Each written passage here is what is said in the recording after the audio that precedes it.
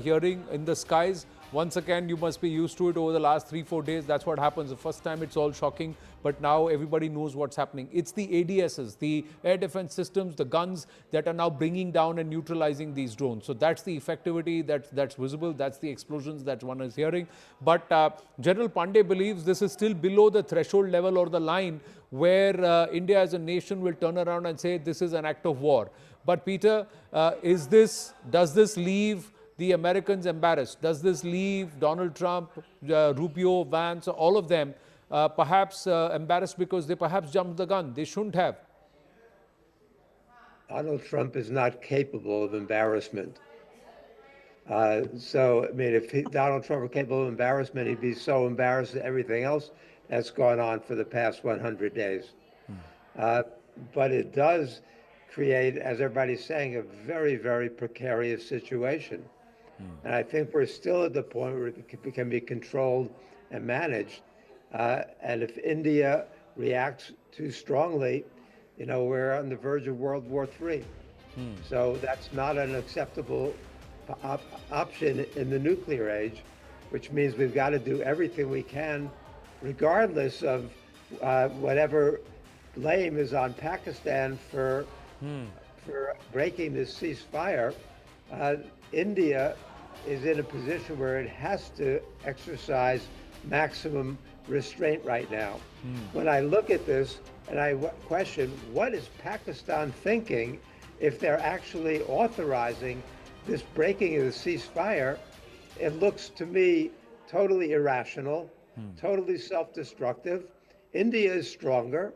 And then if India responds forcefully, Pakistan has no response except resort to nuclear weapons. And that is madness. That is insanity. So this really has got to be calmed, tamped down as quickly as possible.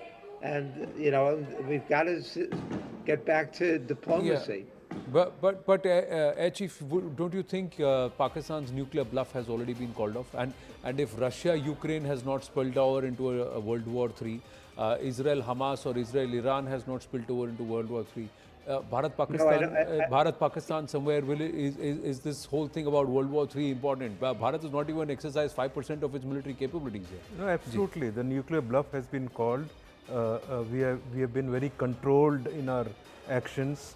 And I think what Pakistan is attempting tonight, in spite of ceasefire. See, 8 drones, complete blackout in Pokhran. So again, Jaisalmer region, again, 8 drones have been spotted. It's a very there. clear sign that they are trying to steal some damage, thinking that we probably won't take strong action because of ceasefire. And they would quickly get a little more damage and then call it quits. So that's not going to be accepted. That's not going to happen. There would be response from our side, which I think you just mentioned that there's something has started. So response against incursions and possibly response across, because this cannot be left, without a response. Unpunished. But you made an important point of act of war. I think we need to see it is very clearly an act of war. There is a ceasefire, and you come across, it's not only drones doing surveillance, it is dropping bombs. So it is clearly an act of war. Whether we should go to war for it, clearly no. At the moment, our actions have been very controlled. Our actions have been very much below the threshold of conventional conflict. But in response to their actions, of course, it will be a multiple always, but very controlled still. We attacked some bases 7, we could have attacked much more. If it was a full-fledged conflict, we would have shaped the battlefield in a different manner. A counter would have been much more effective. So it is still very controlled. I'm sure our defense forces will give a controlled response. More importantly, I think US administration needs to see what Pakistan does, what is it capable of. In spite of a ceasefire at this level and obviously assurances to the US president, they have violated it, not only violated with dedicated attacks on our bases. So it's for them to see. But if we take the conversation forward from you and into General Pandey, what happens on the 12th now, given this is happening? Now, should our viewers, should Bharat expect this to continue? Sushant Sareen is also with us. Should Bharat expect for this to continue till the 12th? And is this par for course? कि वो कुछ करते रहेंगे, हम जवाब देते रहेंगे और हम भी मारते रहेंगे उनको. No, ceasefire does not entail that this action should happen. Therefore, I expect that there would be a official statement from our side calling out the actions, calling out Pakistan on their actions, and they would Pakistan would need to explain, and US would be asking them some questions. I'm sure the lines will run through the night in terms of questioning Pakistan. But clearly, the Pakistan military leadership is in the dock for explaining how this happens at this level, if you give assurance. And I'm not surprised. Indian Defense Forces won't be surprised. It is for US to see. And US, somebody made a point, US deep state has been deeply involved in stepping up and supporting Pakistan military in particular, not now, in the previous years. And therefore, it is for their system to realize what is happening in the new world. Right. These are pictures from about 15-20 minutes ago. So all these reports that are coming in, it's all activity that's happened between 8:45 p.m. to 9:15 p.m. IST. So it's happened in a half an hour window. That's where all these activities have happened. The reports are trickling in now. We'll try and establish a timestamp. So these are ceasefire violations all across the western border. So it's not just the LC and the IB in Jammu and Kashmir that's been kept active. The Pakistanis have tried to make their activity right across the entire western border section. General Pandey and then Sushant Sareen, your thoughts on this question. Is this now going to happen till the 12th? Should this be par for course? कि आधा घंटा एक घंटा कुछ activity ये करते रहेंगे just to keep things hot? And we should also respond in proportionate measure and this is par for course. What happens on the 12th now? General Pandey and then Sushant Sareen. Ji.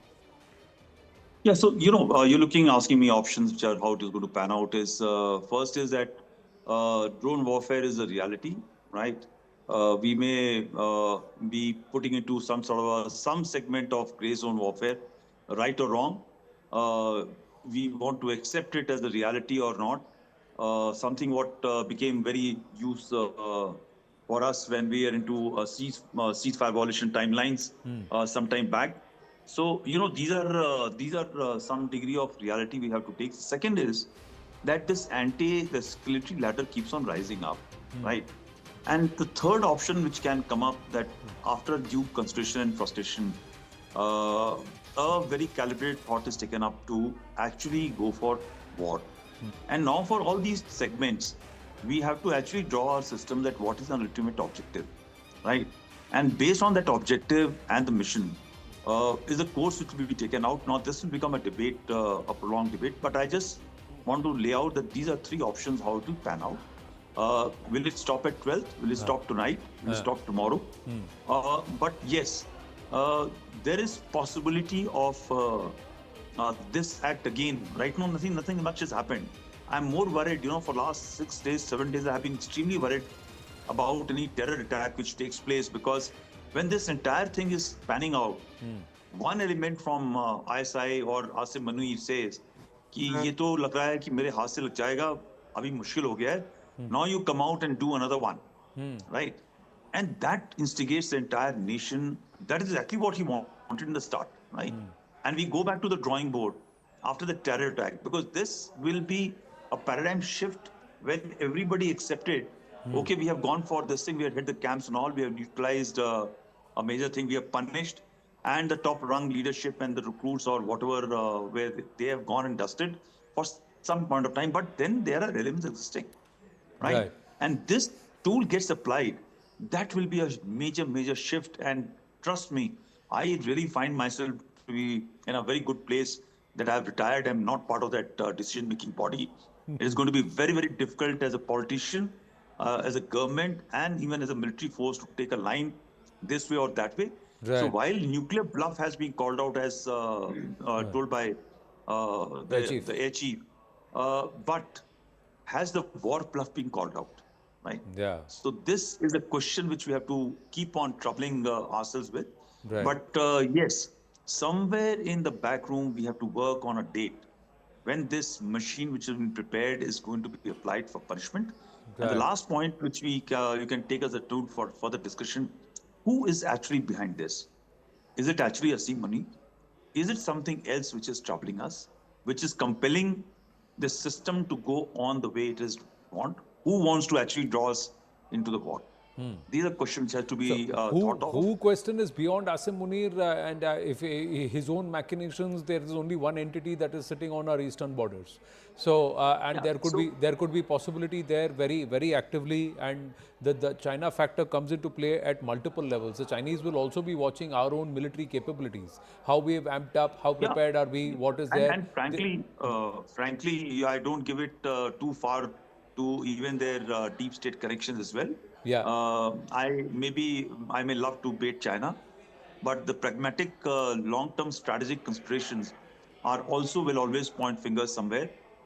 People who consider ourselves to be friends or right. showcase our to be friends, but maybe the leadership is.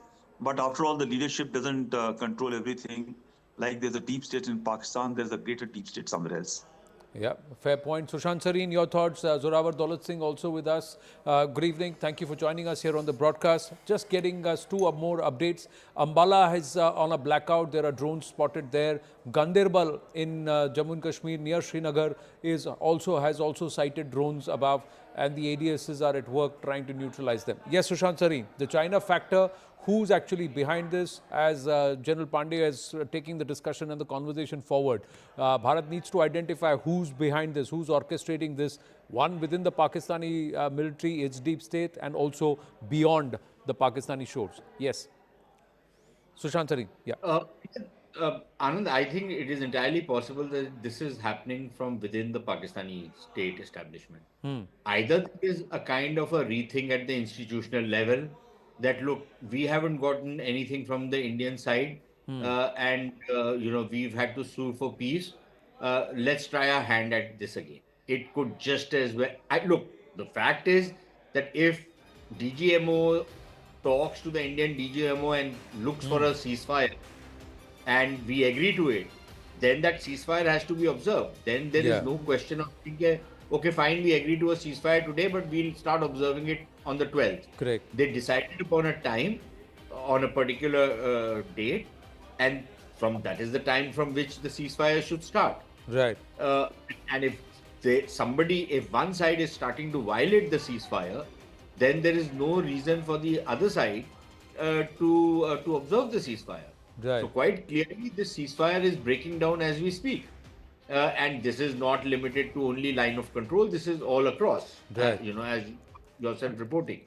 And if that indeed is the case, then I think we have to come to the conclusion that whatever agreement was discussed today is not worth anything. Right. And that the Pakistanis have tried to take everybody for a ride, and are probably trying, to throw the dice once more to see what they can get out of it. Right.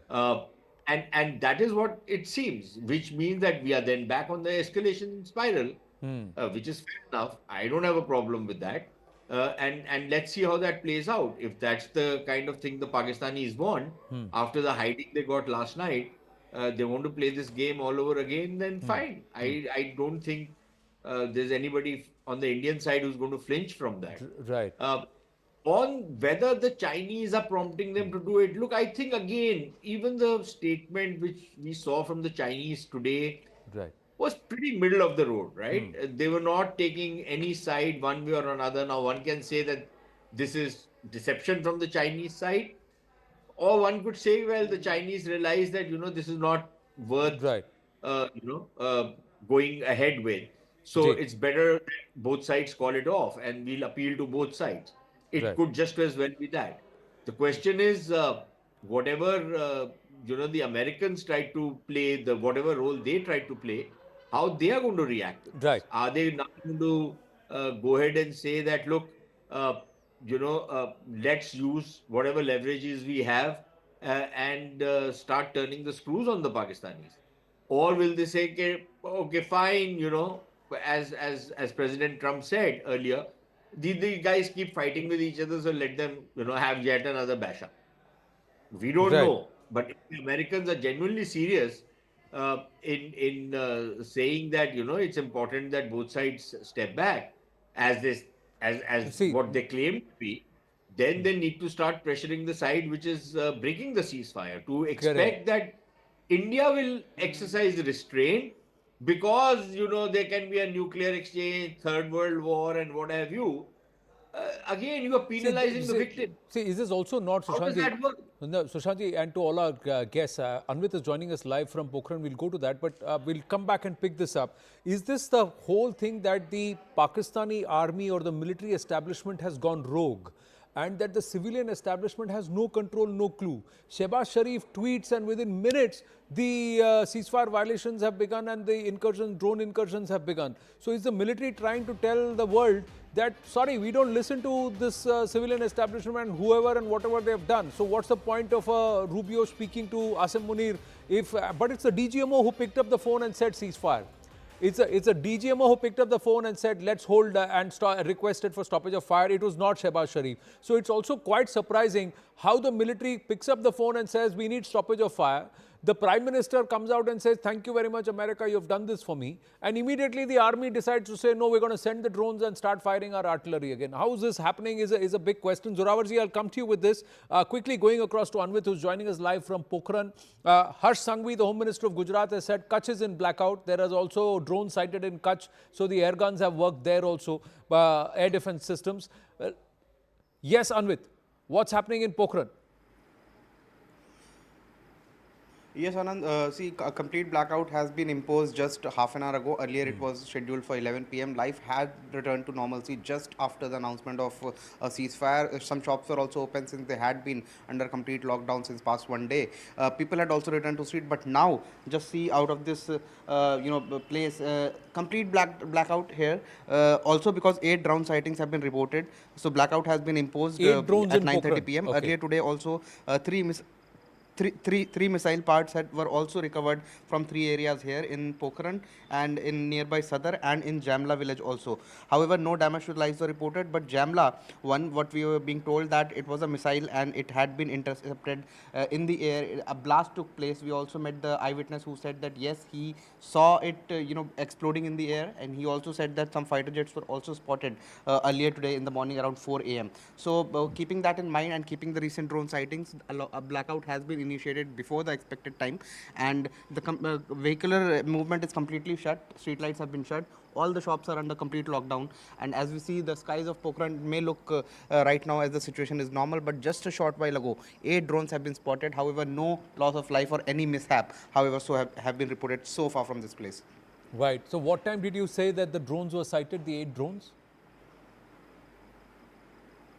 Just about half an hour ago, we have been told that 8 drones were spotted. However, they have not been engaged. They did not, and no mishap has been reported. No loss of any architecture has been reported. But yes, previously also in Jaisalmer's Kishan Ghat, one drone cell had fallen from one of the drones. It had to be, military had to be called in. It had to be diffused. It had to be a controlled detonation was done, and that detonation itself was so huge. So keeping in mind that drones, even if they do not attack, some mishap may take place, and even if they are intercepted, their parts may fall, which also then need to be, the entire area needs to be cordoned and precautionary measures need to be put in place. So keeping that in mind, complete blackout has been initiated. Also, because the drone sightings were there, police are on alert. Military certainly is keeping an eye across the border as well, but local police is also patrolling. Announcements are also being made, so asking people not to step out and just keep inside your houses. Right, right. Thank you for that update, Anvit. Stay safe. Great work done, and kudos to our team of reporters on ground who've been there in the face of danger, right in the thick of all the action, and getting us all the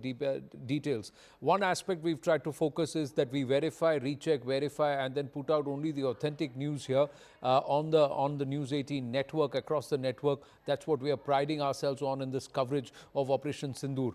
But Zoravarji, let's get back to this issue. Is the civilian government in variance with the army? Are elements in the army who have gone rogue? That's why we see this, because the conversation was had between the DGMOs. So if the military did not have a buy-in towards the stoppage of fire, the call would not have come from the Pak DGMO. So how would you read this situation, and how should Bharat now calibrate its response? So I would step back and just see the lead up to this particular lull, because if you notice over the past 3 days, there's been a gradual notching up and moving up the escalation ladder. Yeah. India initially sort of was calibrating its actions in a very, very calibrated defensive way, calling it non-escalatory. Pakistan was the one that was itching for a fight. It was raising the ante, hoping that kind of would unsettle the Indians to sort of find some way out. But actually, what it precipitated was the Indian side actually responded to that. And I think there was an Indian move to move up the escalation ladder, not just reciprocal strikes. And I think that's where last night, I think the Americans, who were quite happy for a few days ago to just watch this slugging match play out, hoping that it would stay at the low end, I think they noticed that this could be a very different kind of a military operation that could unfold. And they intervened, as they've always done, to protect their long-standing non-NATO ally. They don't want this to sort of get out of hand. There are various reasons, of course. They want stability, peace, but I think they have taken the oxygen out of what could have been a different phase of this crisis, and they have. So now we've got left with where the Pakistanis have exploited the Americans, taken that pressure off where the Indians possibly could have moved towards, and now they also, of course, by all these actions, this tactical low-level actions, they're denying India any kind of political victory from the resolution of the standoff. Right. So there are, see, let's look at it this way. The Pakistan army, under no circumstances, views this entire episode in any way the way the Indians do. For us, this was a counter-terror operation. It's India trying to formulate a legitimate doctrine of self-defense. They violate your sovereignty through massive terror attacks. They are not going to go costless. That's the Indian response. For the Pakistanis, they want this advantage of coercion and low-level proxy conflict to continue. So there is a complete clash of security concepts. And if we think we're just going to get Donald Trump, who has frankly no interest in a long-lasting engagement and facilitating. Just got an update, Zorawji. We'd like to take this conversation forward with all our guests on this. The government sources are telling us, and Siddhant is getting us this update, that Pak has violated a bilateral understanding. So this is what? Pak has violated a bilateral understanding. That is the government source telling CNN News 18 at this point. So clearly, the establishment is not happy. The government is not happy with the way Pakistan is behaving. So a bilateral understanding reached upon between two nations has been violated is the position. Now, what does this mean? Zorawji, and then I'll bring in Arkesh Bhaduria ji. Yes, please complete. Yeah, so they also don't want this entire peace and stability to extend to Kashmir. They still want to continue their policy of undermining stability, undermining that particular area. So their long-standing approach is not going to disappear overnight. They are hoping to get something out of this when it reaches the next stage of. You have Marco Rubio making a statement that there are going to be possible dialogue and negotiations in a neutral country. Frankly, there's nobody from the Indian side who has made any kind of a statement on that. They are looking at this as purely in terms of a ceasefire and a closure of termination of this crisis.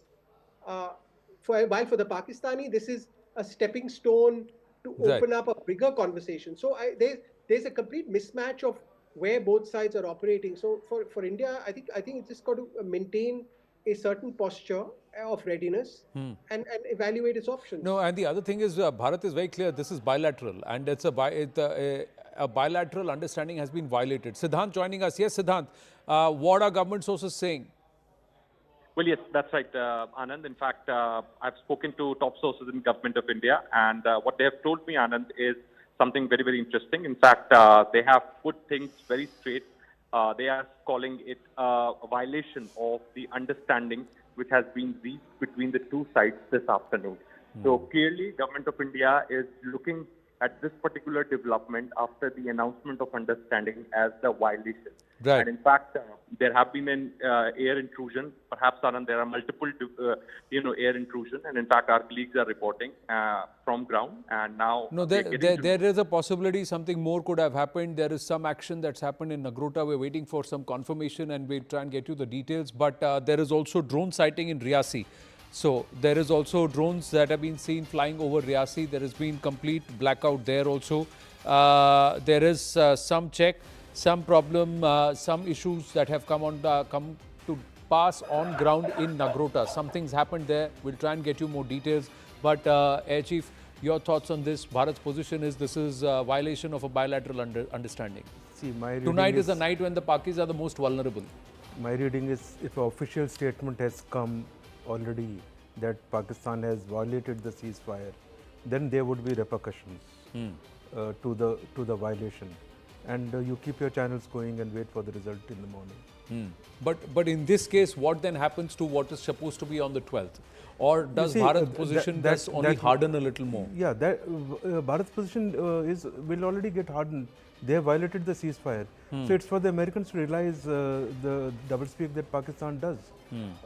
Clearly, again, I think you made a mention of this, that Asif Munir probably is not either fully with it or there is a bit of, there is a lot of communication difference between what he feels and what the Pakistani political leadership feels, which is coming out. Sorry, sir, I'm just going to try and see if we can get Tejinder Sodhi on the phone to tell us what's actually happened in Nagrota. As of now, Akash is telling us that the shelling along the line of control has stopped for the moment. So the guns have gone silent for now. That's the latest coming through. And that there have been no ground blasts in Srinagar. Everything's been negated in the skies. That's the other update. Yes, sir, please complete. Yeah, so clearly it's a violation. Official statement has come, so there would be some response. And I think we'll see how it pans out tomorrow. Of course, the US administration will come down heavily in their communication with Pakistan as to regarding the violation, because it's very clear. If there are explosions on our bases, etc., the armed drones coming which have been intercepted, it is not a simple violation. It is not some LOC firing which can be contested. So the Jammu and Kashmir, both LOC along Jammu and Kashmir and also along the IB, we are given to understand shelling is stopped. Ishan is also confirming that abhi shelling band ho gaya hai. Tejinder Sodhi is joining us with some more development that's happened. What's happened in Nagrota? Can we put that out? Is there a confirmation of what's happened there? Yes, Anand, there has been a confirmation that some suspected movement was reported near one of the gates of the 16 Corps of the Indian Army. After that, the sentry deployed at the gate has fired several shots toward that movement, though the entire area has been cordoned off right now to ascertain who those suspected people were. So the entire area has been cordoned. Movement along the Nagrota belt has been stopped. People have been asked to stay vigilant and to ensure that the suspects, if they are terrorists, they have to be identified and taken down. But yes, the situation continues to be fluid right now. The entire military base there is on heightened alert, and we are told that the sentry fired at the suspected movement of some suspected person, whether they were terrorists. They were seen outside one of the important gates of this important vital army installation. So, as you know, Anand, we have been discussing it since morning that the entire army or vital Indian army installations across Jammu and Kashmir have been put on heightened alert. Any suspicious movement or any trespassing would be dealt with seriously. And there are also inputs that Pakistan-based terrorists, they have asked their cadre in Jammu and Kashmir to carry out terror strikes on vital army installations so as to divert the attention of the Indian armed forces, which are right now engaged in Pakistan. But the thing is, Tejinder, you're saying that that was a gate of the 16 Corps. There was suspected movement. The sentry fired multiple rounds, and after that, there is no what happened thereafter. It's not yet confirmed. Nagrota currently there remains a blackout at this point, but there is a big watch. There was earlier in the day here at CNN News 18, and even yesterday we had said that there is this multiple ceasefire violations because Pakistan is trying to push through some jihadis into this place to give some anjam to some wardat here, and the idea is with instructions to target critical military installations or brigade headquarters or areas and try and inflict some damage there. That's the point. That was that instruction had been sent about 24 hours ago to this cadre, and if there are some who are loitering and even ground cadre sleeper cells being activated, if there is something like that happens, then what happens? It's all gloves off. The 1700 hours agreement of earlier in the day that there will be no military action, will that go off? Bharat's clear warning, any act of terror is equal to an act of war. Does that then start future act of terror? Future can be 5 minutes from now and it can be 5 months from now. But what does that mean? The other thing is, does this also mean this is egg on Donald Trump's face? And does that mean that General Munir does not care for what Donald Trump is coming out and claiming, and he's gone off on his own tangent? So that's another part. Mike Waltz has just tweeted. He's saying tremendous progress towards stability in a historically volatile region. It won't be easy. There will be violations and much work to be done, but another step in President Trump's commitment to peace. So Mike Waltz is trying to further try and amp up Trump wants peace, etc., etc. But Bharat is very clear, this is bilateral. This is between Bharat and Pakistan. Pakistan has to play heel, and it has to toe the line. If it doesn't, then it's gloves off. It's an act of war. So that's where we are at this point. There's blackout in Bhatinda as well. Air Chief, your thoughts, how things are moving out? Is Pakistan still climbing on the escalation ladder? Is this something which is going to be par for course? Are you willing to agree with General Pandey saying that we got to decide our line? Major General SVP Singh is also with us, the former ADG Artillery and 1971 war veteran. Major Manik Jolly also joins us. But first to you, Air Chief. Yeah. I think very clearly Pakistan in this transition into after ceasefire is trying to steal some damage, some face saving, and quickly expect that there will be further. Okay, we are stopping, etc., and there is no response from our side. But government having already stated, I think the response would have already started, or would be in progress, or would happen, and it should be a robust response. What happens tomorrow, whatever statements now coming from US side, I think they need to see and deal with Pakistan more firmly. And of course, the deep state, I think there was a comment regarding that they are the ones responsible for giving Pakistan military the core strength because of which they are able to support terrorism to the extent. So in the background, there is involvement historically to support this. Today's administration is well against them and is very good. There's no doubt. But I'm talking of historical. So we need to. There was another issue of whether Asif Munir is responsible. Yeah. Of course, he is the one responsible. He and ISI. And therefore, there has to be repercussions for Pakistan in this entire action hereafter. So ceasefire has to be absolutely clear, no firing, thereafter only we stop. And as things go forward, I think within Pakistan they need to realize if Asif Munir continues and the current dispensation continues, somewhere down the line things will happen again. It is their doing, and I don't think there is China angle at present in Pahalgam stroke this.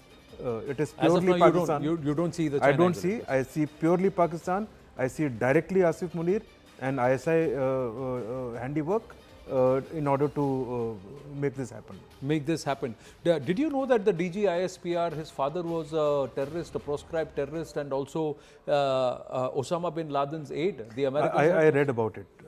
So this is how deeply the jihadi Pak military network and nexus is. And how is this lost on the world, or how has the world been okay with this? Major General SVP Singh, Jain sir, thank you for your time. And if I may interrupt, you saw that photograph, and in the funeral, how many army officers were there and senior officers? वो सामने तो हाफिज अब्दुल रौफ खड़ा था. वो तो he's a US proscribed terrorist, लश्कर का operative. Chief of Army Staff's wreath is there. Yeah, and they were all jihadis because Rauf Asghar was one of them in the coffins. One of them, and look at the lineup of the army officers there. So it shows the kind of nexus that they are into. This is what needs to be broken, and that's why our statement today that act of terror would be act of war is very significant. In time to come, that is what will be acted upon. General Singh, sir, thank you for your time. Your thoughts, sir. Thank you very much. Jai Hind to the viewers. Well, I would start by saying what has happened post announcement of the ceasefire. Well, it is the DNA of the state of Pakistan which is showing up once again its face. Should I say the ugly face? It cannot be possible that the communication system has not filtered right down to the battlefront, down to the lowermost tactical units and subunits that ceasefire has been announced. 3:30 p.m. the DGMO of Pakistan has spoken, perhaps in the beggingly for the ceasefire. Now this is one face of Pakistan. It has got multi faces in any case. Second is Pakistan should have been very grateful. Yesterday, bailed out by IMF, and today bailed out by the Indian state, by the Indian Prime Minister. They were below their knee level. They should have been grateful. And what are they doing? Now, having said that much, let us see how Pakistan can sustain itself without this war which would have taken place. It has not looked inwards, but was moving external lines towards our international border and trying to show face to India in this last 96 hours. But look, when they're trying to show face to us, on its back were two daggers punctured right into their spine, the Baluchistan and the Khyber Pakhtunkhwa. And yet, the leadership, the madness within it, was trying to show the two-headed face. Now, Pakistan's other problem beside this is the water sharing, not the Indus Water Treaty, the holding it in abeyance. It is the water sharing between Punjab and Sindh, which is boiling down. There's 6 canal system which Munir had only acted as an architect, stands cancelled. People have been suffering for water right in Sindh and Karachi. Water tankers move around in Karachi well before the suspension or the holding against the Indus Water Treaty. So that is their state. Then I think post 1971, post 1999, it was said by the Indian state, by all the right thinkers, get your act together. The people of Pakistan, get your act together. The political leaders, get your act together. Control your army, control these army generals. But they have not been able to do that. And this Mullah general, pardon me to say that, he has taken Pakistan down the barrel, down the barrel. That 16th April speech of his is going to haunt him and haunt him to his last breath. He must be praying to Allah for forgiveness, because that has brought what has brought about Balgam, and that is what has brought about this. And he was looking for extension. I think time is up for him. And the Prime Minister of Pakistan, Shahbaz, he should now stand up, invite the opposition, look inwards about the opposition leader Imran Khan as well. Try to reconcile at this time. Pakistan is in a state which should seek reconciliation within it. And Sir, that is not going to happen. If somebody decides to incarcerate the most popular leader in the country, and then they are worried कि भाई ये war के चक्कर में वहाँ अडियाला में drone गिरा के मार देंगे उसको, that is the level to which they can stoop down, the politicians. The army generals have got no, nothing to color themselves in glory about. The fact is that from his days as a major, I'm given to understand from a former Pakistan army guy that General Munir was actually called the deceiver. He's nicknamed the deceiver क्योंकि वो सबको धोखा देते थे. अभी पाकिस्तानी आवाम को भी धोखा दे रहे हैं, दुनिया को भी धोखा दे रहे हैं. दूसरी बात sir, everybody calls him Mullah Munir because of his vitriol and the fact that he's the son of a Maulana. But within the Pak army circles, this has again come from one of the highest places, sources there. He's nicknamed Chachu Whiskey because उनको रात को उनका चाहिए Patiala sir. उसके अलावा उन्हें नहीं हजम होती. तो that is the reality about him, that he loves his tipple, he loves his whiskey, so he's called Chachu Whiskey. So he's Mullah Whiskey in that way. So he tries to portray a particular front to the world, and he's a different person at the back end. But far gone, far radicalized, and perhaps many believe that he's the one behind all of this that is happening. Major Manik Jolly is also with us. Now, exactly what we spoke about. I can't see anything. Yeah, but I hope you can hear. We'll try and show you. We'll try and get you visuals also. But the fact is, right now, it's like what a lot of people in Srinagar were hearing. It is noise, a lot of noise from the Pakistanis, and what we've been hearing by the Pakistani civilian establishment across international media, a lot of noise, a lot of bluster, but no content. But in this case, Major Manik Jolly, just about 4 hours ago, we were having a conversation कि इन पाकिस्तानियों का भरोसा नहीं किया जा सकता. And that is exactly within 2 hours of that conversation, they proved us right. So what does Bharat do from here on? Yeah, so actually the moment this press conference came up and it was told that we are going for ceasefire / stoppage of firing and all, immediately I was with Anand and said there is no point doing this.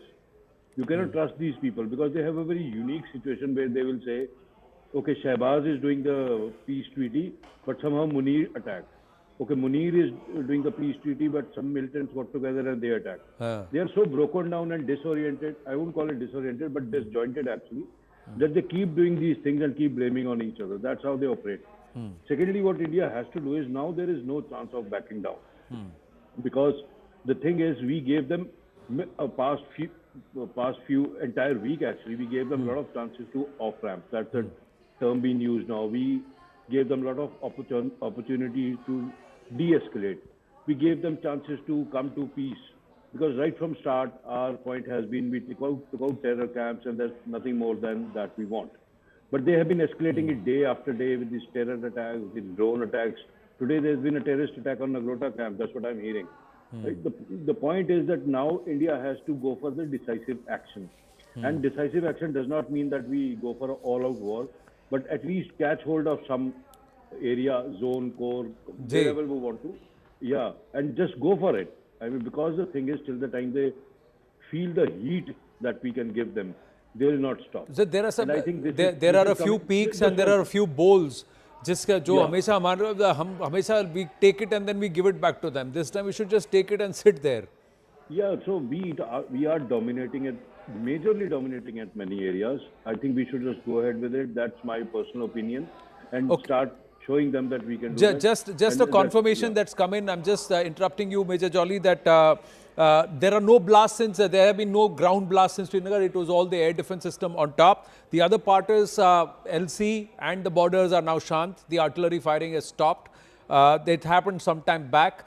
The other thing is the drones did come in, but the drones have all been shot down. All drones have been now shot down. There's nothing happened across the western border. That's what the army is saying. So at this point, there is no problem. The blackouts in a lot of places has been on a precautionary level. Now, there are some reports about or something about Vaishno Devi par hamla and all of that. Nothing like that has happened. The Vaishno Devi Bhavan, there was blackout. Drones were seen in that area, but they've all been neutralized in the skies. There's nothing that's happened. So, but this electricity now has also been restored in Baramulla. So things coming back into normal, and you know, sometime back Manoj Gupta had said that this is what the Pakistanis will do. 1-2 घंटा ये drone भेजते रहेंगे, हम उनको उड़ाते रहेंगे, हम भी वहाँ कुछ करते रहेंगे, ये 12 तारीख तक चलता रहेगा. But is that okay? Is that par for course? Should we say that this is all right? Or should we now make the cost far more punitive? Tilak Devasharji is also with us. Tilak ji, your thoughts? See, as I have maintained and a lot of other people on your panel also maintained, you can't trust the Pakistanis. So that is simple. So in any negotiations, in any agreement, just go with this caveat that you can't trust them. And here, sure enough, within 2 hours.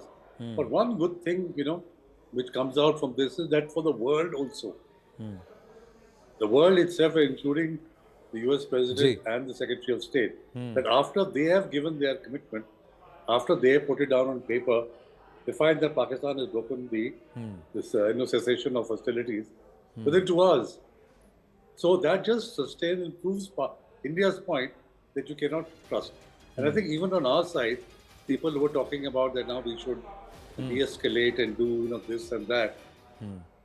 Will see for themselves how brazen Pakistan is in doing, they say one thing and they do another thing. So that the duplicity in their behavior is now out in the open. It's transparent. It's all for people to see. And I think we must not rest on our laurels, but give them the same kind of pasting that we did last night. You know, the lesson has to be driven home to them that you can't take us for granted. And I think that even that meeting that the DGMOs are to hold or were to hold on the 12th should be postponed. Do it by a day, do it by 6 hours, do it by 2 days. But you cannot sanction this kind of behavior by Pakistan. They must realize there are costs to pay on breaking a solemn agreement. I saw R.K.S. Bhaduria ji sitting next to me saying, "Ha." So you agree, disagree? There are a lot of people who believe कि वो जब तक बोल रहे हैं हमको बात करनी है, जब तक वो बात करनी नहीं आते, तब तक हम उनको मारते रहें, पीटते रहें, ठोकते रहें. सही है sir? Yeah, no, they have clearly violated. And then say, oh, हमने तो कुछ नहीं किया. They would apparently they have stopped now, and they would say they would also give some excuse that India violated LOC. All that goes. But when you have drone incursion so far deep inside, it doesn't fly. So the world will see. What level should we act? I think a response has to come. I am just seeing because official statement has come that they have violated, which means response is coming. How deep the response, how strong would be? Since we don't have all the inputs, I don't want to guess, but it should be substantial. Whether it will be like last night, I don't know, because if it is not of that level, but the response should be there. I hope it is like last night. No, not just that. Why don't we do what the Pakistanis do, sir? Why don't we do everything and then say, हमने तो कुछ नहीं किया? No. हमने क्या किया? Why? Where?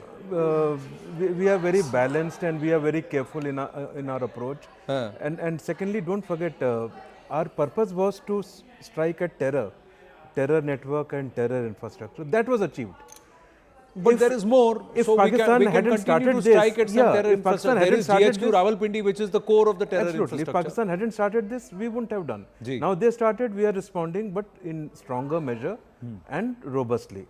So Pakistan down the line is doing a combination of things, and for sure looking for some substantial damage so that they can tell their public that this is what we have done in response to our friends losing their so let's take this forward. We've got another, over the next 25-30 minutes, let's try and understand and deconstruct. Tilak Devashar ji said कि DGMO conversation को 12 बजे से 6 बजे कर दो, थोड़ा सा delay कर दो. Because somewhere Bharat has to say, Bharat is going to decide the tone, tenor and also the pretext of it. Here's what the Pakistani playbook is. It's a standard playbook. Already they are working on it. कि इसको internationalize कर दो, America को thank you करते रहो, America आके बात करो बोलते रहेगा. They will say that. Then they'll say Jammu and Kashmir ही एक issue है sir. That's where it is. So otherwise कोई issue नहीं है हमारा, वही उसको solve कर दो. So how does Bharat take this forward? What do we say? See, our guys are doing it in a very matured manner and step by step. They violated, they started the conflict after the terror attack. We responded strongly, very strongly, robustly. Our response also catered for that the damage we were doing is part of larger game plan that should we go to a proper conflict, all that goes into the matrix. It's all beneficial towards that. Okay. The fact that ceasefire happened, it has only happened, if Pakistan was not to send the drones, let's say last night, we wouldn't have done the bases attack. Correct. We wouldn't have done. Believe me. Correct. Okay. So if that is the case, actually ceasefire wasn't even required. They just had to stop their action. We wouldn't have responded. Now, Americans knew that Pakistan are absolutely irrational. Munir won't stop. So they intervened. They basically got them on track. They didn't even have to talk to us. If they stop coming across the border, nothing will happen from our side. Now this violation is serious. Now that Americans have got involved, Pakistan has given assurance, DGMO has called up, now they need to answer why the violation, and therefore the repercussion would come. Tomorrow there will be some dialogue in terms of violation, etc. Right. But please be sure that at every stage our standing militarily is not affected. We are in stronger position. Our standing in the world is only getting strengthened. Pakistan is already getting more on the negative side. So we'll need to go step by step. Step by step. Step by step is true, but there are a lot of people who feel अभी नहीं छोड़ना चाहिए था. Oh, वहाँ वो कहते हैं ना जैसे if I were to reinterpret a filmy dialogue, it will say कि बंदूक हाथ में थी, दुश्मन सामने था, ट्रिगर पे हाथ था और फिर हमने हाथ छोड़ दिए. So it is a scenario like that, and many viewers would feel like that this was the time to really pummel the enemy and to bring them to heel, and we shouldn't have pulled off there. Just a quick update: 12 Pakistani drones have been neutralized in Gujarat so far, in Kandla, Bhuj, Lakhinala areas. Government of Gujarat monitoring the situation closely. Sharendra Wangu getting this, and there's also confirmation coming in from one of the Gujarat ministers. Jaisalmer, Badmer में अब धमाकों की आवाज नहीं. That is Bhavani Singh of News 18 getting us these details. Baramulla, there seems to be a blackout back again. Tejinder is in Baramulla and he's saying that there is a blackout again, but we'll see. Perhaps it's just precautionary, but the guns are silent along the line of control, no firing there. Some drones did come in, all of them have been neutralized. That's the update. General SVP Singh, what should Bharat do? How should Bharat make sure that it is happening on Bharat's terms, the conversation this time around? There is no international involvement and Pakistan doesn't get to play as usual playbook and rant. Well, I think Bharat has got some very good options and we have to put it down the throat of Pakistanis.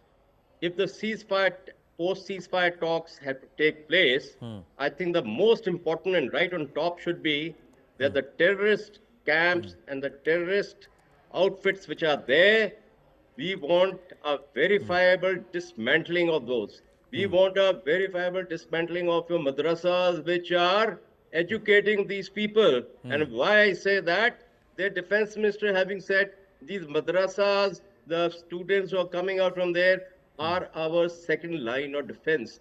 I think it couldn't be more shameful. They're trying to breed snakes and vipers of the next coming generations. So that is their statecraft. Yeah. So I think this demanding this verifiable dismantling, I equate this when the United States demands of Iran verifiable about their nuclear assets of Iran. And we should dictate that we are the strategic dominance in South Asia. We are the regional kings of South Asia, Bharat. And we must put up stamp loud and clear. Now, I will also like to say here, the ceasefire, Indian Prime Minister, Indian state has agreed to it. Maybe with the good offices of US, which has worked out, though the President, Secretary of State statements in the last few days were coming in conflicting in nature.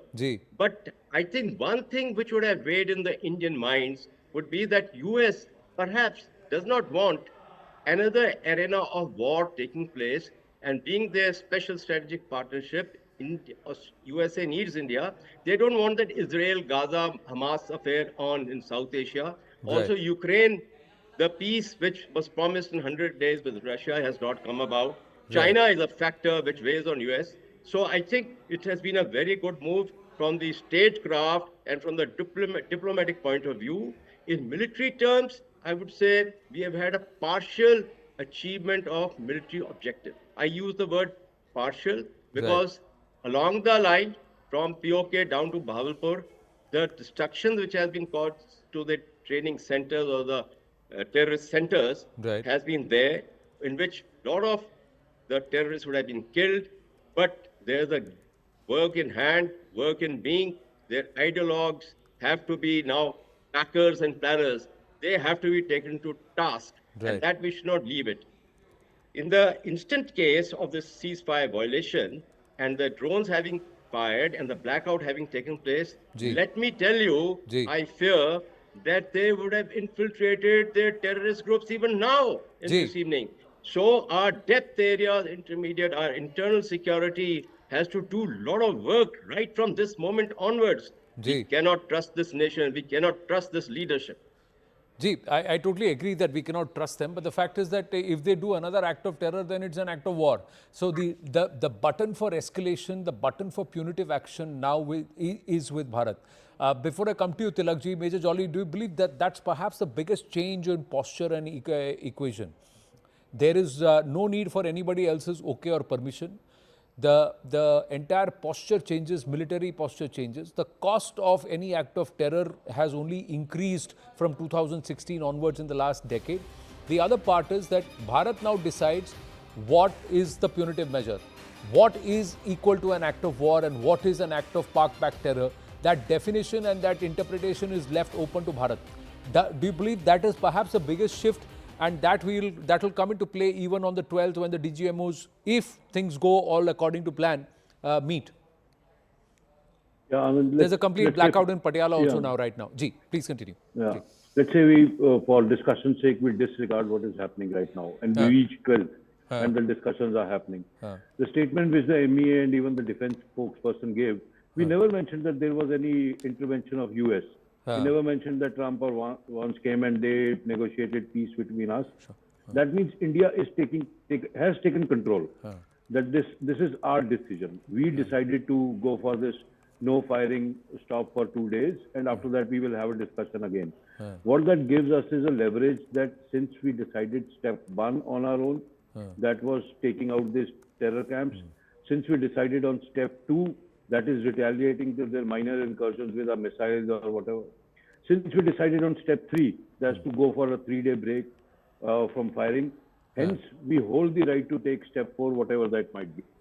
The conclusive, authority that India is holding right now should be enough for us to go ahead with whatever step we take. You drop in the IWT, drop in the other, diplomatic pressures we are putting in, and we have total control of the situation. So I think military or kinetic action, as everybody calls it, I think that's just a part of that. That's an extension of the same authority that we exude right now, and we should just go ahead with it.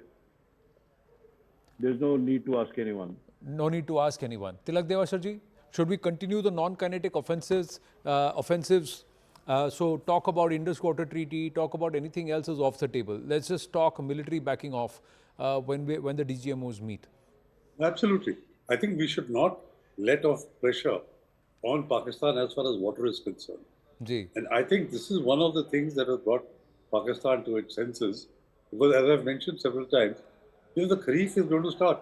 You have to sow the Kharif crop by the 15th of May onwards. If they don't have water, and IFSA has already said there's a 21% shortage of water. And if you continue to make water supplies to Pakistan unpredictable, and you release them in a bulk, to which they float out into the sea, starve them otherwise. So this is something which is going to create pressure in Punjab. The Punjabi farmers who are going to sow their crops are going to be up in arms. And the recruitment, the catchment area, and the most popular area support for the Pakistan army has always been Punjab. If you attack their livelihood, 60% of Pakistan's population depends on agriculture for their livelihood. If you disrupt that, even if it is for 15 days, 20 days, a month, the consequences for Pakistan's food security and agriculture would be pretty severe. So I think the non-kinetic measures that we have adopted, especially holding the treaty in abeyance, we must continue that. Must continue that pressure. And as far as kinetic action is concerned, if you want to be restrained, if you want to be proportionate, fine, continue to doing that. But you cannot accept that right from Bhuj up to Srinagar, there are drones roaming around, with impunity. I mean, this is not how interstate relations between neighbors are conducted. How can you subject our population is being subjected to trauma? It's not actually firing and explosions, but as soon as there is a blackout siren goes off, people get disturbed, children get disturbed. So I think we need to react strongly in adequate measure. I'm not saying go berserk, but certainly what we did last night really brought Pakistan to its senses. No, but how do we as a nation, and let's take this conversation forward. Two points. One is Pakistan is trying to reduce the cost of war with Bharat or escalation with Bharat, because that's why they're leaning on drones. Drones per drone individual entity is far more per unit as cheaper. The other thing is they are also trying to use tech smartly. They're trying to push for cyber attacks which have been thwarted. They're also trying to push drones and arms, ammunition, drugs via drones, and then send the infiltrators as normal people with valid passports coming and going here. So they are trying to use technology, use cost, lower the cost for bleeding Bharat with 1,000 cuts. How does Bharat increase the cost for Pakistan? Perhaps non-kinetic measures are the only way. Yeah, and I think... And the other part is Turkey. Uska kya kare? Okay. I think non-kinetic measure, whatever measure, are not even under discussion, because those were taken differently in different time and space. The ceasefire pertains only to the military action that is happening across the sea. That's all. So I don't think that will come anywhere even on discussion. There is no question of stopping the non-kinetic or other measures other than military. The ceasefire would mean no action militarily. That's all. Your issue of low cost, my understanding is, in response to the terrorist infrastructure that we attacked, if they had a way of putting bombs across safely and creating sufficient damage in their very first raids and get away with it, they would have done so directly. That means their fighters coming or their surface weapons or whatever stand-off weapons. Given the state of readiness we were in, they could not have achieved that. So they've started with drones to probe, to get location of our AD centers, our radars, our missiles, and electronic intelligence, and have a combination of drones and standoff weapons, armed drones. So they were kind of increasing that. with our AD setup and counter drone strategy, that which has worked fine, and we have responded in a controlled manner, but in a strong manner. So they did not expect that it will take so much time. Probably they would have thought second day they would merge enough strong weapons and create substantial damage on 8-10 targets in India. Right. That's what they haven't achieved. Right. That's why they've gone into second night, third night. Third night we responded heavily attacking the bases. So the escalation, I don't think it is in their control. They could not achieve a face-saving damage that they wanted to inflict on us, and it is going a bit out of control. That is my understanding how it has panned out. Otherwise, they would have probably struck hard on the first day and backed off. अच्छा, immediately पहले दिन ही मार देते हो फिर उसके बाद. अगर if they were successful, and of course we would have responded like in Balakot it happened. We would have responded and maybe it cooled off. Correct. But depending on the damage that we sustain, if they hit military targets, we would have hit military targets. So it is gone, and it also is the mindset of Asif Munir. He probably, apart from face saving, which has not got, he is hell bent on stretching it a little more. One, in terms of taking absolute control in Pakistan. He has put the civilian leadership totally out of the game.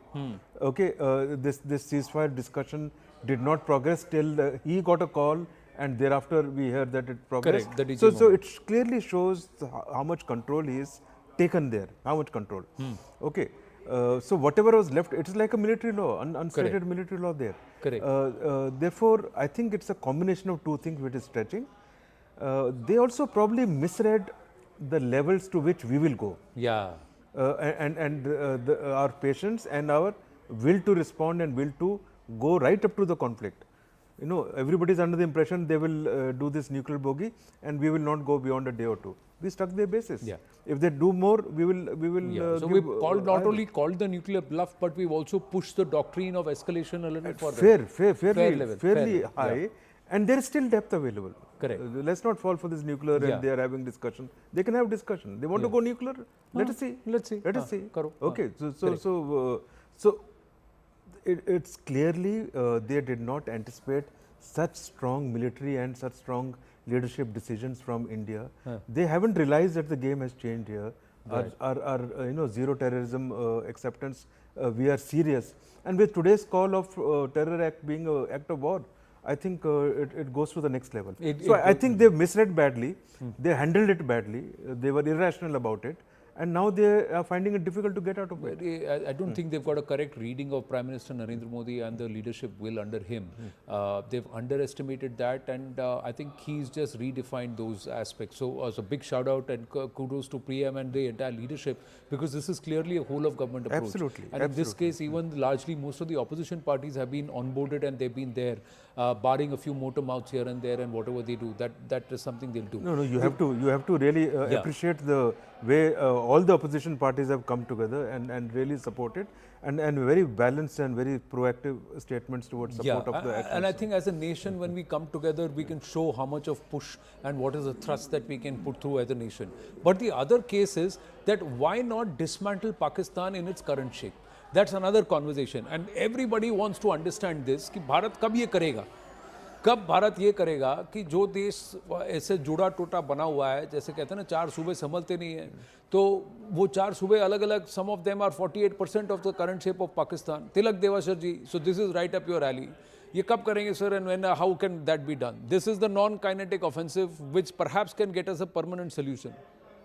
So somebody mentioned this to me, which I thought I'll share with you. Ji. He said that Munir, instead of talking about the 2-nation theory, should soon start talking about the 4-nation theory. You see, there are two, in my research, in my study, there are 2 ways what you are saying is possible. One is Pakistan imploding internally. Ji. Because I've studied the innards of Pakistan. For example, I talked about the water. Ji. How they're running out of water to become a water scarce country. Ji. We talk about education. 50% of the children don't go to primary schools. Ji. So they won't go to secondary, they won't go to higher school. Ji. So you're coming out with an increasingly uneducated or ill-educated population in today's technological world. Ji. Population is going at 2.55%. Despite having the best agricultural lands in the subcontinent, Pakistan is today in a position where they have to import 3 million tons of wheat. And the economy, as you know, is in a slippery slope. It's on a ventilator. Ji. Now, I know people say we have been hearing this for donkey's years that Pakistan is going to go under. Ji. But these circumstances have not come together in time and space in the last 70 years as they have come together now. So one option, not option, one way is Pakistan implodes internally. The other is the provinces, the ethnic groups that are dissatisfied with the way Pakistan is being governed with the Punjabi domination. I'm talking of the Baloch, the Pashtuns, the Sindhis, and even POK and Gilgit-Baltistan. They strike out on their own. Right. And the two most likely candidates are the Baloch and the Pashtuns. You know, both of them have got armed wings, very strong armed wings. They've also got strong civil society movements. Correct. Both the Pashtuns and the Baloch. So that is the other option of that if the hold of the Pakistan army weakens, this is what's going to happen. So here I want you to bring in one thing which I think we should all be watching for in the next week or month is the position of Asim Munir. Asim Munir took a big gamble by doing Pahalgam. He was DG ISI when Pulwama happened. He is now the army chief and Pahalgam has happened.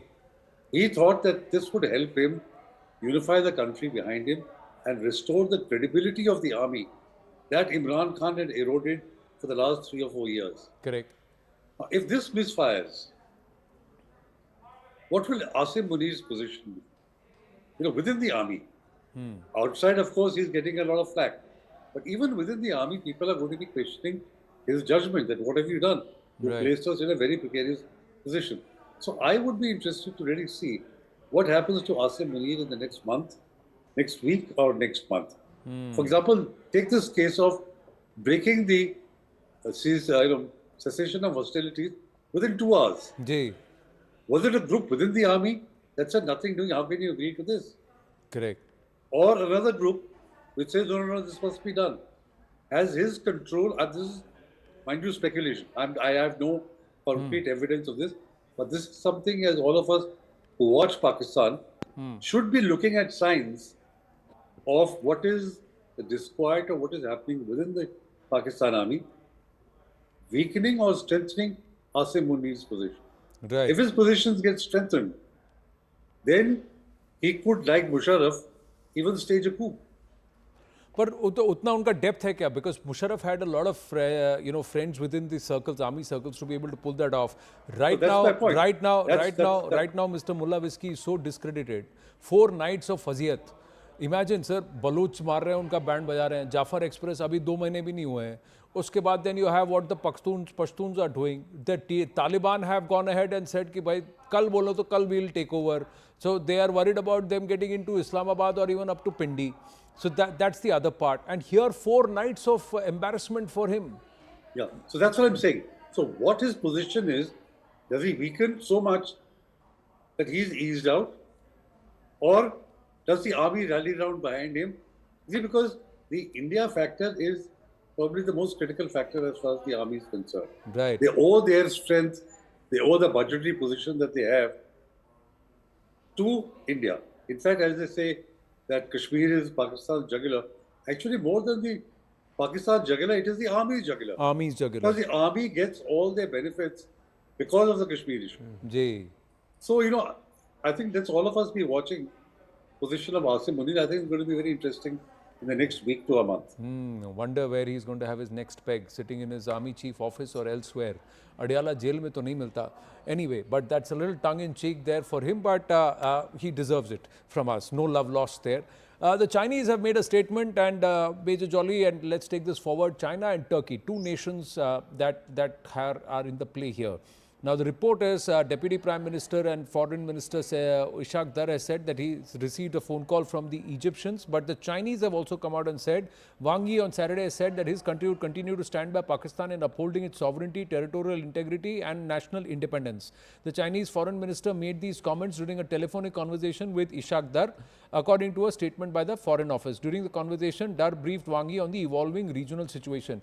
But what sources are also saying is कि चीनियों ने बहुत डांटा है पाकिस्तानियों को, बहुत डांट पड़ी है उनको कि हमारे equipment की भी तुम फजीयत करा रहे हो. Global market में nobody will buy our equipment now.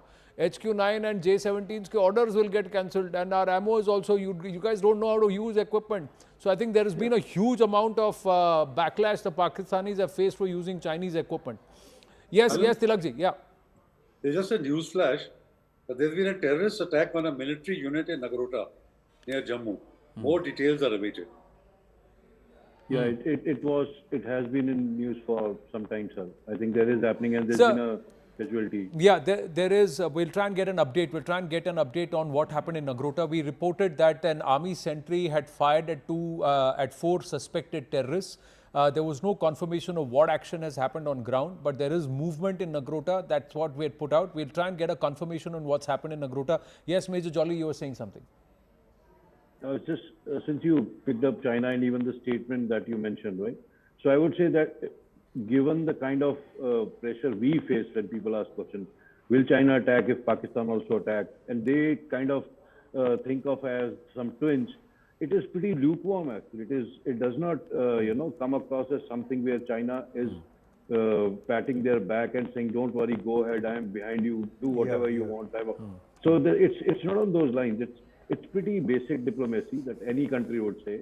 It is at that level, and I think the reason for that is traditionally, and I feel this way, we have always thought that if Pakistan attacks us, will China also attack us? It did not happen any time.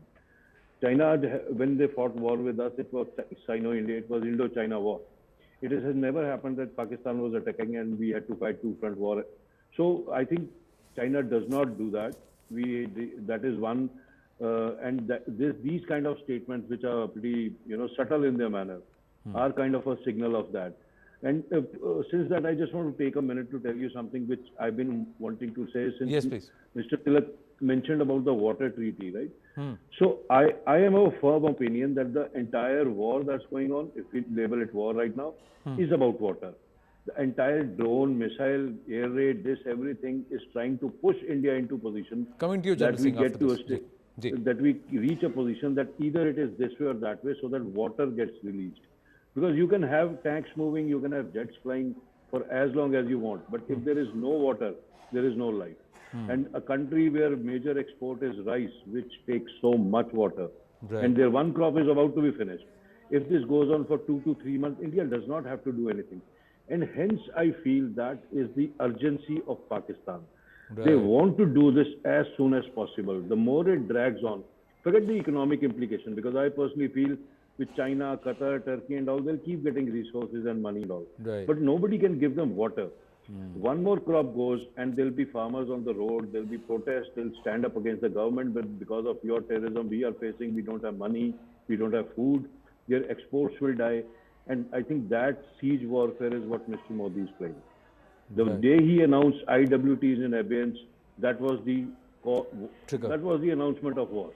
That is where it started. Rest everything is Pakistan's aggression trying to instigate us into getting into a full-fledged war, so that they get some kind of, it reaches a stage where there is so much violence that the West or somebody gets us on table and gets us towards ceasefire and water is resolved. So that's my opinion. Right. We're just going to try and check.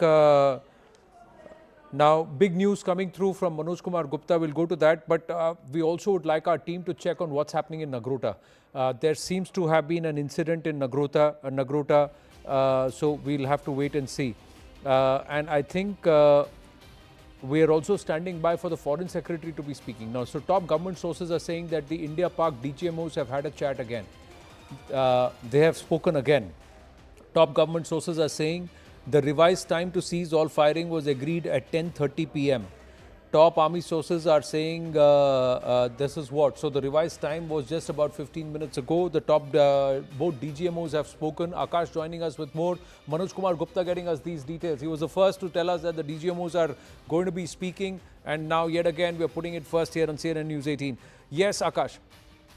We have been learning about ceasefire violations since late evening, and now Manoj Gupta is telling us that the revised timing to cease all firing was 10:30, and possibly this is the reason why, in fact, army sources are telling us that now no violation is happening across the LOC. Also, we have been told that DGMOs spoke once again, and in fact, possibly this was the reason. In fact, this was the agenda of the conversation where they have discussed the updated timing. We still don't know as to what was the line of discussion, Anand, but Manoj Gupta is telling us that DGMOs, Director General of Military Operations from both India and Pakistan, have spoken and had a conversation about the sort of happenings and the updated timing for the ceasefire violation to cease the fire. In fact, firing that is happening, was 10:30. Akash, any update on what's happening in Nagrota? No terrorist attack. Indian Army, in fact, has categorically said that no terrorist attack has happened and no beheading. There are rumors about beheading, so there is no beheading. And in fact, Indian Army is going to come out with an official statement in some time from now. No terrorist attack. Yes, some activity has happened where possibly some sentry, has opened fire on some suspicious movement. But I'll wait for the official confirmation on that. In fact, Anand, right. In some time from now, Army is going to, in fact, release a statement on it. Right. So there is a video message also expected from the Foreign Secretary Vikram Misri. Siddhant is just getting us that update, so it's on the bottom of the screen. Also, so in Nagrota there was an incident at the sentry gate. Like there is nothing more than that. So viewers, if there is anything that's doing the rounds, please be rest assured that it's not true. As of now, the army has very clearly told our reporters and our team that there has been no incident untoward in Nagrota. There was some suspicion, there was some firing that happened, but there is no engagement, there are no deaths, there is no beheading. That's all disinformation, so please don't trust those details. But here, we should see what the Foreign Secretary will say in his video message. It's not a formal briefing, it's a video message that's expected. It's on camera, so we should try and see when we get that. But again, the army may also give out a briefing on what's perhaps it's video, or if it's text, we have to say on what the status is. So clearly, a 5.5 hour furtherance of the timeline for, say, a ceasefire or stoppage of fire. So 1700 hours was what was declared, but then now it has come to 1030 hours. So something that the Pakistanis perhaps tried to formulate in the next in those 5.5 hours. Clearly, that's also not worked now. Yeah, I think they must have come out with some excuses why they have violated, etc., and then decided on this revised time. It shouldn't have happened. At this level, you can't say 1700 ceasefire, right, and after a couple of hours violated and say, right, now we will do it at 10:30. So I only hope that our response is already gone. Let's hope, we'll see. Yeah, General Singh, you put your hand up when we went towards the aspect of what happens with Pakistan going forward, yes, and the angles as far as China and Turkey are concerned, their role play. Major Jolly was making an important point that perhaps the biggest jugular that we have is the IWT, and to keep it in abeyance, because that's going to keep Pakistan on its feet, on tenterhooks all along, and that's an offensive we should never relent on. Your thoughts, General Singh? Firstly, what Major Jolly said, I'm in total agreement with it. It suits my thought process and it suits the state of India. Second, we discussed the issue that China has never joined hands with Pakistan, be it 65, 71 or 99 Kargil war. Yes, that's very true.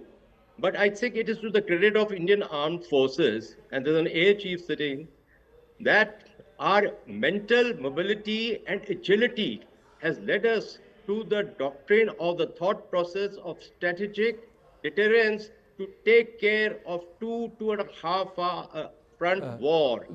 General, sorry, I'm interrupting you. 2 updates. The FS video message may come out anytime, so we'll go straight across to that whenever that happens. China has issued a full statement on conversation with Bharat. Please allow me to read this. Wang Yi, member of the Politburo of the CPC Central Committee and Director of Office of Central Commission of Foreign Affairs, held a phone conversation held a phone conversation with National Security Advisor Ajit Doval. So he's not met the Chinese foreign minister, he's spoken with the Chinese foreign minister. It's a phone conversation.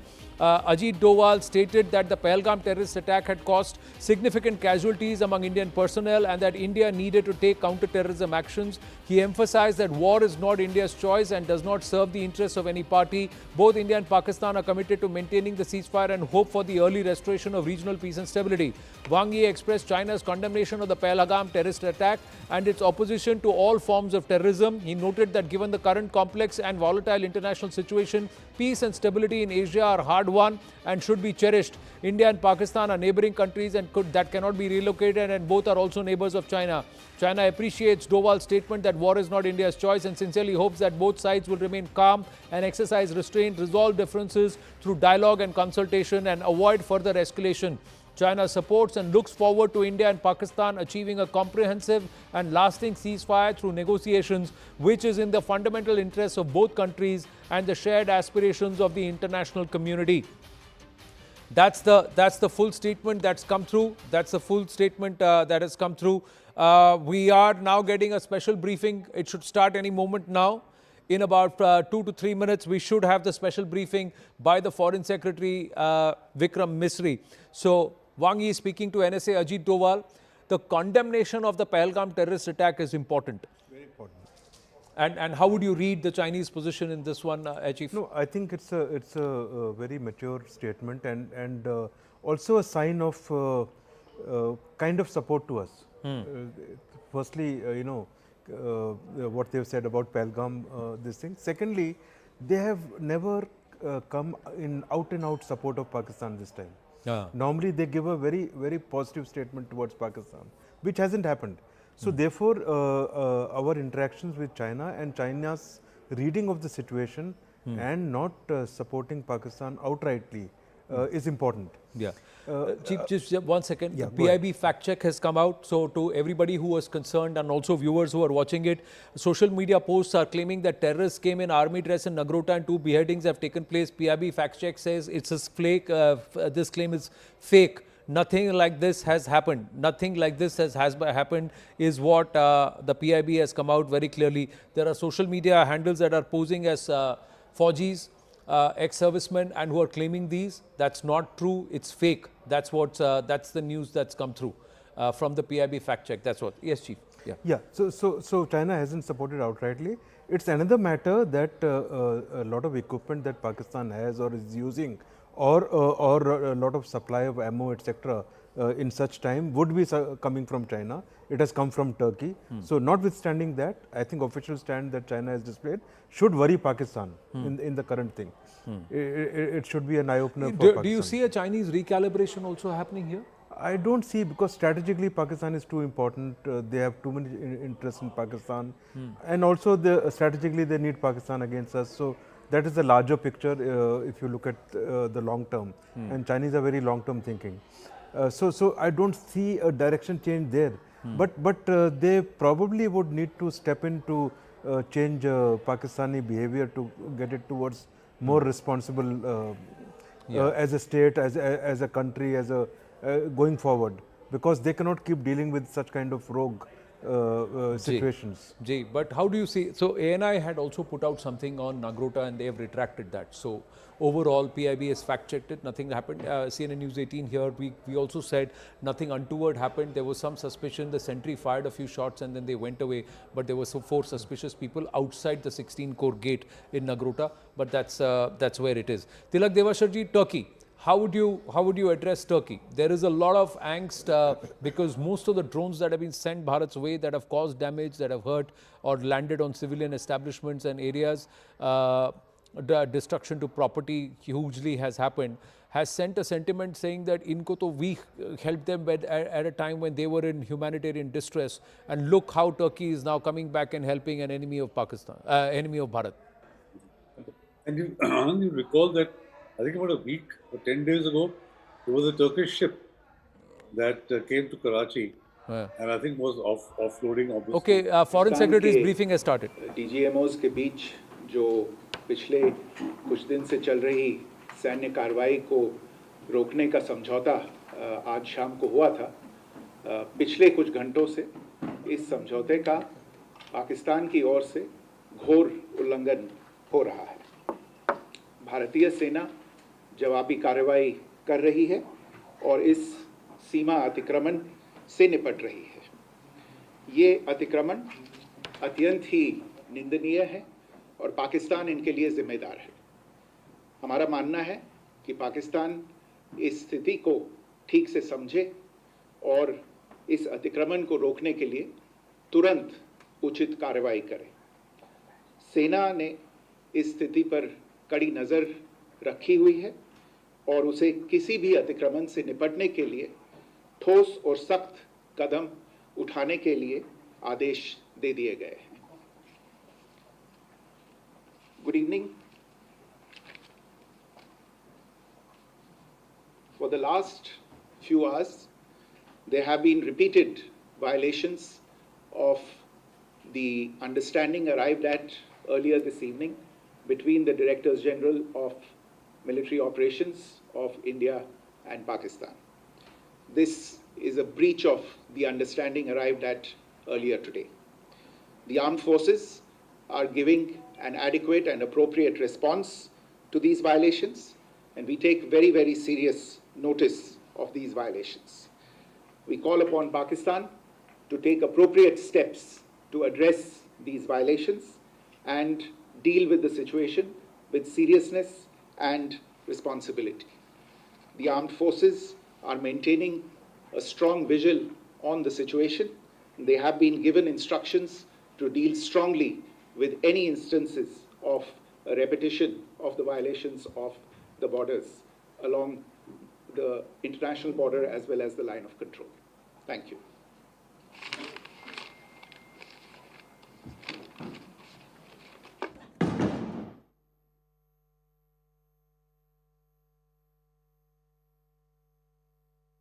हमारा मानना है कि पाकिस्तान इस स्थिति को ठीक से समझे और इस अतिक्रमण को रोकने के लिए तुरंत उचित कार्रवाई करे। सेना ने इस स्थिति पर कड़ी नज़र रखी हुई है और उसे किसी भी अतिक्रमण से निपटने के लिए ठोस और सख्त कदम उठाने के लिए आदेश दे दिए गए हैं। Good evening. For the last few hours, there have been repeated violations of the understanding arrived at earlier this evening between the Directors General of Military Operations of India and Pakistan. This is a breach of the understanding arrived at earlier today. The armed forces are giving an adequate and appropriate response to these violations, and we take very, very serious notice of these violations. We call upon Pakistan to take appropriate steps to address these violations and deal with the situation with seriousness and responsibility. The armed forces are maintaining a strong vigil on the situation. They have been given instructions to deal strongly with any instances of a repetition of the violations of the borders along the international border as well as the line of control. Thank you. All right, Foreign Secretary Vikram Misri addressing the press conference with regards to the ceasefire violation that's taken place hours ago, and in fact he's called it a breach of understanding which India and Pakistan had arrived upon. I go across to Siddhant Mishra, who will add more inputs on that news story.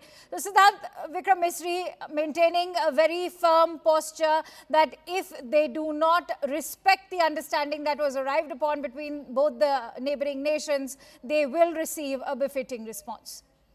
Well, that's right. In fact, an hour back, we reported that how, government of India is looking at this evolving situation. In fact, at that point in time, only I was told that the government of India is looking at this with a view of a breach of an understanding which was reached this afternoon. And in fact, now Vikram Misri, Foreign Secretary himself, addressed press in the national capital. In fact, he has come up with a statement. Perhaps on the same line, and in fact, he says that India-Pakistan DGMO's understanding, which was reached, Pakistan has violated that. Indian Army is taking actions. This is condemnable. Pakistan needs to behave responsibly. Pakistan should stop it. Army is maintaining a vigil on intrusions, and orders have been given to respond to any intrusion in a strong manner. Perhaps a very strong statement coming from the Foreign Secretary of India. In fact, this afternoon, this understanding was reached, and in fact, there was an announcement which came from President Donald Trump. And in fact, Marco Rubio also announced it after President Trump, and then there was a press briefing in National Capital, New Delhi, and in fact, it was announced that DGMO Pakistan reached out to DGMO India, and in fact, then this understanding was reached between the two sides, and there was the date also which was announced where both DGMOs will meet. That was 12th of May. But right after that, there was this air intrusion reports, drones dropping in various parts of in western sectors. And in fact, perhaps, our colleagues are reporting from Siddhant, we also have guests to go across to. If you could quickly give us a quick recap of all the countries that have reacted, both the two leading global powers, the United States and China, reactions coming in from that front? Well, Akanksha, in fact, we have this confirmation that just a short while back, NSC Doval has spoken to his Chinese counterpart. In fact, this is the second time NSC Doval has managed to establish contact with the Chinese counterpart. In fact, this was done right after the operations, and in fact, both sides discussed that how the agreement has been, I beg your pardon, understanding has been reached between the two sides. This was discussed. But having said that, Pakistan has again violated the understanding which was made between the two sides, and Pakistan has again escalated tensions. Many thanks to you, Siddhant, for bringing us those inputs. In fact, let me quickly bring in my guests. I'm joined in by Atul Holkar, who is in fact a geopolitical expert, Sushant Sareen, Senior Fellow at the ORF, Tilak Devashar, author and former member at the National Security Advisory Board. Many thanks to you, gentlemen, for joining in. And as Mr. Devashar continues to stay with us, Mr. Devashar, I'd like to begin with what is your assessment of the message that India has just now sent out, of course, a brief one, but extremely firm and pointed. Yes, I think one thing it clarifies, in the previous program, there was a feeling that the ceasefire or the stoppage of hostilities had been extended to 10:30 and not to 5 o'clock. And therefore, what Pakistan was doing was within the time frame. But the Foreign Secretary has clarified very clearly that they have broken, the timing has not changed, and it is Pakistan that has violated the agreement that was reached. Now, this is a pretty serious thing that they have done, that within 2 hours of reaching an agreement, which they had asked for. It is the Pakistan DGMO who had asked for, and Pakistan broke that. So it is not that the time had been extended. And I think this is important because it will go to show Mr. Trump and Mr. Rubio also in a bad light, because they are the ones who had put out that tweet and put out the statement as if they were the ones that had sort of mediated this thing. And I'm sure they're going to be feeling pretty upset with Pakistan for having broken the agreement. And I think the message that the Foreign Secretary conveyed was giving a free hand to the forces to retaliate strongly. And my hope is that, like the pasting we gave them last night, India would give a similar kind of pasting to Pakistan to make them realize that in interstate relations, you cannot behave so irresponsibly. That's a very firm message coming out there, and I want to bring in Sushant on that note. Sushant, I can take the liberty of, in fact, quoting that dialogue from the movie Laksh, in which I remember Om Puri went on to say that Pakistani agar hare to wo laut kar wapas zarur aata hai. So are you surprised by this ceasefire violation today? Okay, unmute yourself. No, I can't hear you. You can't hear me? Now we can. Go ahead, please. Okay. So, Akansha, what happens is very often when in these kind of, when the ceasefire agreements are made at the local level, sometimes, violations can take place. But in this particular instance, violations have taken place all across the length and breadth of the border, from Rajasthan all the way to Kashmir. So clearly, this is not an accidental kind of ceasefire violation or any such thing.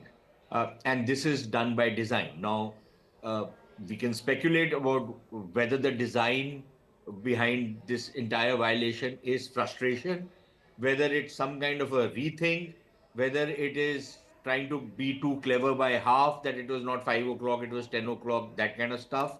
Again, nothing you can put past the Pakistanis. So apart from that fact कि वापस मुड़ के आता है, it's also that he's also a very treacherous character, and also always tries to act too clever by half. So there is that factor as well. But also remember, when they violated the ceasefire, what has been our response? Or we have not said anything, but I'm looking at certain Pakistani sources where they are claiming that in response, India has sent in drones because they have been violating the ceasefire. So in response, India's drones have gone all the way up to Peshawar. Now, these guys are doing shallow intrusions on along border areas. Jaisalmer is what, 50, 60 kilometers from the border, places like that. Peshawar is what, over 200, 300 kilometers from the borders. So if our drones can reach Peshawar, I think it tells you a lot about the lack of air defense systems in Pakistan, which have been virtually decimated, and which is also the reason why we've damaged more than 10, probably 12 air bases in Pakistan. So if the Pakistanis want to play this game, they know that there'll be punishment meted out to them, and there is some straws in the wind to suggest that within the Pakistan army, the discontent is already starting to grow. Now, I can't be entirely sure, but there is a possibility of some breakdown of discipline, right, among the forces, which has led to this kind of violation of ceasefire, where the authority of the Pakistan army top brass might be under strain, might be under some strain. So I think, Sushant, you're making a very critical point. I have to quickly bring in Lieutenant Colonel Atul Holkar also on that point that you've just made about that kind of dissatisfaction brewing within the Pakistani army. Sir, how do you assess the current ceasefire violation if we were to also correlate this with the shaky grounds that General Asim Munir himself is standing on? Many are talking about how this is also an indication that it is eventually a call that is going to be taken by the Pakistan army. But if this was a ceasefire that was agreed upon with a call that came from the DGMA and was a conversation between both the DGMAs, then what does it speak of the situation that the army is currently in on enemy territory? Jai Hind to everyone. Just understand Pakistan at this state. Currently you have a general which the army doesn't want. You have a prime minister which the country never elected. And then you have people which the country doesn't bother about. And it's a divided army. I don't know how long Mullah Munir is going to be there in the chair, but it's a divided army. It's a divided politics. If you see the largest party's leader in the jail and the prime minister who is unsure of himself. And then if you look into the 4 provinces, they are fighting amongst each other, and you do not know at what stage Baluchistan and Khyber Pakhtunkhwa would be in out of Pakistan. So if you look from that perspective, it was very surprising that a very short call between Rubio and our foreign minister and their prime minister and General Munir could bring about this particular ceasefire. And if you understand, in the afternoon, the DGMO spoke to each other. I'm quite confident that DGMO out there would be listening to his own chief of staff, which is General Asif Munir. And if he has listened to him, and as Sushant was saying, that this is a very well pre-planned ceasefire violation. It's not a violation, it's a continuation of what was happening. And I also believe that, there is something which is lurking in the background, and we should not ever, we cannot afford to overlook China factor. Yes. There is something Yes. which the Chinese are Yes. doing, are very unhappy about this ceasefire. They wanted to bleed India more, irrespective of a lot of people saying, no, no, the Chinese. I do not find a day since the time Chinese have come onto our front after engulfing Tibet that we could ever believe. Did we failed to believe them in 62, in 2020, and why are we trusting them now? This is Chinese game. I may take it a step further, and I may be probably raising a red flag which people may think is far-fetched. Chinese president was in Moscow few days back. Everything is happening. Everyone is speaking to us. Where is my friend Moscow? They have not spoken much about it. Is there some kind of a understanding, if not understanding or knowledge or something? We also must keep an eye onto our eastern front. This is not an isolated incident. It's a well-planned move. What government currently is doing is perfectly fine. We will go the escalatory level as the escalation happens. We are 1.4 billion people. We need to look after our infrastructure, our growth, our economy, and everything. We are not going to, be decided by one mad general sitting somewhere. All those people who are egging the government to go whole hog will also be the same people who will ask for jobs and inflation and everything if we go for a full-fledged war. No, Lieutenant Colonel Holkar, I think you've made a very valid point. I'm sure even our armed forces had not just, put their hands up in the air. I'm sure that they were also expecting a possibility of a ceasefire violation, because let me tell you, even media personnel like us were prepared to stay up all night. So, Mr. Devashar, if I could bring you in on that point that Lieutenant Colonel Holkar made right now about Chinese support, which has arrived shortly after the ceasefire violation took place, when Wang Yi said that we stand in solidarity with Pakistan when it comes to territorial integrity. What is the message that's coming out? I think the only silver lining perhaps to this ceasefire violation is the role that China is playing has now come out in the open. I would slightly differ on this.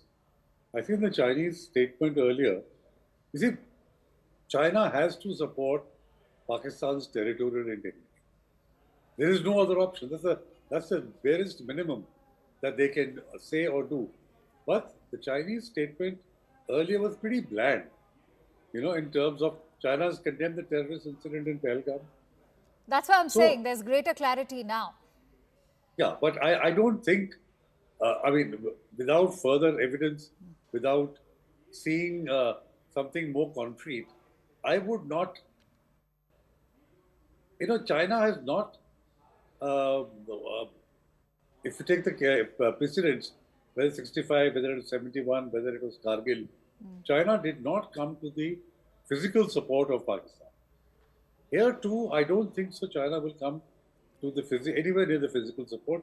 Yes, statements, maybe supply them more weapons, but then so is Turkey. So I would be a bit cautious. Not that I have any love lost for China.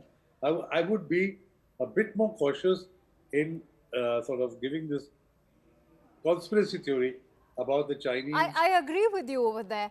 And also, after all that India and China have perhaps achieved in the months that have gone by, China can't afford to not maintain status quo between Beijing and New Delhi. But having said that, Mr. Devashar, there's a marked difference between the two wars, the last one being Kargil compared to 2025.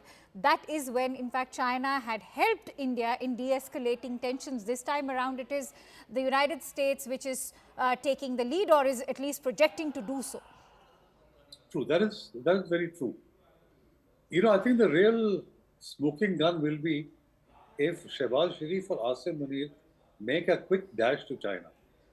They did it in 65 when Asghar Khan was sent. They did it in 71 when Yahya Khan gave the statement to Niazi that the yellow will be moving on the borders. Again, in Kargil, I think Zardari had gone to Beijing. Let's see this time if anybody goes or does not go, that will tell you a story by itself. Point taken, and well made also. But Sushant, if I could bring you in, we are seeing that the US support, especially Donald Trump's tom-tomming about this entire de-escalation that he managed for a couple of hours, to say the least, has perhaps ruffled some feathers towards the East. No, but we always forget Donald Trump does not really formulate what he wants to say. Do you remember when Imran Khan had gone to the United States and met Donald Trump? What was Donald Trump saying at that point of time? He was offering mediation, okay? And said that Mr. Modi had asked him to mediate, which was completely debunked by the Indian side, that we had never made any such request. Did you ever hear about Donald Trump talk about mediation after that? So, he says certain things, but I don't think everything he says should be taken exactly at face value. Sometimes he probably mixes up a lot of stuff. So his tweet, and frankly, he's back on Twitter, which is quite entertaining. But the fact of the matter remains that, that's a weapon of mass destruction in some ways, because he has a habit of just shooting off tweets, which can be sometimes quite garbled in their messaging. So I won't take his tweet very seriously, number one. Number two, I think it's very clear that there is no question of India ever accepting any kind of mediation. Yes. People forget. Yes. When the crisis in Kargil had to wind down, Nawaz Sharif goes to the United States, Clinton meets him, and then Clinton, Nawaz Sharif needs to go back with something. So Clinton says, okay, fine, I will take personal interest in trying to sort out this matter. He never took any interest. Forget about personal or professional interest. Nobody took any interest. Kashmir was a done deal at that point of time. Now, similarly, some kind of a fig leaf has been offered to the Pakistanis that, okay, fine, there will be some talks in some third country. Look, in any case, even if you have to have some kind of back channel contacts with the Pakistanis at whatever level, I don't think India is going to go to Pakistan or Pakistani is going to come to India. We will go to some third country. It could be Bangkok, which has been a favored destination. It could be Dubai. It could be any place, right? It could be Oman. It could be any place. If at all there are any talks to be taken. It's not going to be a restoration of a dialogue between the two countries. Far from it. Those talks are probably only going to be limited to what is the level of, how this crisis is to unwind and what the two sides are expected to do, expect out of each other. But one thing I must tell you, Akansha, we cannot underestimate the factor of a lot of angst within the Pakistan army, because see, all the equipment which the generals have bought from China or from Turkey, that's utter rubbish, right? It's shown to be utter rubbish. And we also know that the Turks and the Chinese arms vendors paid tons of commissions to these generals. Even their JF-17 fighter, at least the first block, I have information that the Air Marshal bought a fancy flat in Dubai with that money, which he got as commissions. So the Pakistani generals are on the take. They take tons of commissions and they buy rubbish. And that rubbish has been shown up for what it is, which is why everything collapsed. Their drones have not worked. Their air defense systems have not worked. And I think there's a lot of angst within the Pakistan army, and we might start seeing some manifestations of that in the days, weeks, and months ahead. No, that's absolutely a very valid point. And Lieutenant Colonel Holkar, I think taking that point forward that Sushant was making and made very effectively, that it is the corruption shadow which is looming large over the Pakistani army. They've in fact been able to exploit the country's weak civilian administration to fortify their own interests. And that sort of is also evident on the battlefield, as Sushant was saying. It also is amply evident from their procurements from China and even Turkey.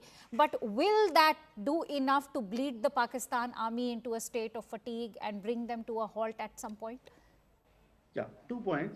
Before I come to that particular, specific question, I would like to also draw your attention to, Asif Munir, because he's also called Mullah Munir. He is one of the architects of Pulwama and Pahalgam. Yes. His main constituency is all the people we have killed a few days back. We have destroyed certain headquarters, and now those people are asking him to take back, at least take that revenge, which Pakistan has not been able to do that. Secondly, what does this ceasefire do? It may just bring the fire down on both sides of the border and LOC, but all the non-kinetic measures which India took, of which the most important is Indus Water Treaty, is not being rolled back. The trade is not being rolled back. The medicines are not being rolled back. Talks are not being rolled back. Everything will stand still as it is, status quo maintained. So what Pakistan has got in return? So probably there has been a second thought, and Mullah Munir on his own maybe slightly deviating from what the government is doing, either directly or on behest of someone. But I am very confident that besides that question of the corruption in the army, and the generals don't want to be disturbed from their day-to-day earnings, I'm sure this factor is also playing. But how long would Munir stay in that chair is very, very important, and next few days will be very, very, we need to be focusing on to the way the army moves against its own general, and probably with some support or connivance of US for that matter. Mr. Devashar, as far as the Indian stance is concerned, I remember that External Affairs Minister Dr. Jaishankar's statement was out even, soon after the ceasefire, when he said that nothing's going to stop us from not pursuing an end to terrorism that's coming out of Pakistan. So he has made that amply clear, that a ceasefire doesn't mean that India stops pursuing its target of ending terrorism coming out of that country. But having said that, as far as the United States' own role is concerned, how much can we trust this, given that Donald Trump is a personality who's known for his own set of histrionics? He enjoys the kind of clout he has on social media. So how much of it is social media jargon? Also, many are saying that this is also Donald Trump's way of killing two birds with one stone, because he's also sent out a parallel strong message to Ukraine. I think in interstate relations, it's the national interest that matters. It does not matter the personal relationship between leaders. Yes, body language makes a difference if you're friendly or polite, but ultimately it's a national interest. And I think for the United States for some time now, I felt that they could use India as a counter to China. So a lot of what is happening in the Bonhomme is also based on that. But I don't think so we should get carried away. The famous statement of Henry Kissinger that to be United States friend is bad enough, to be its enemy is bad enough, to be its friend is worse. Yes. Yeah.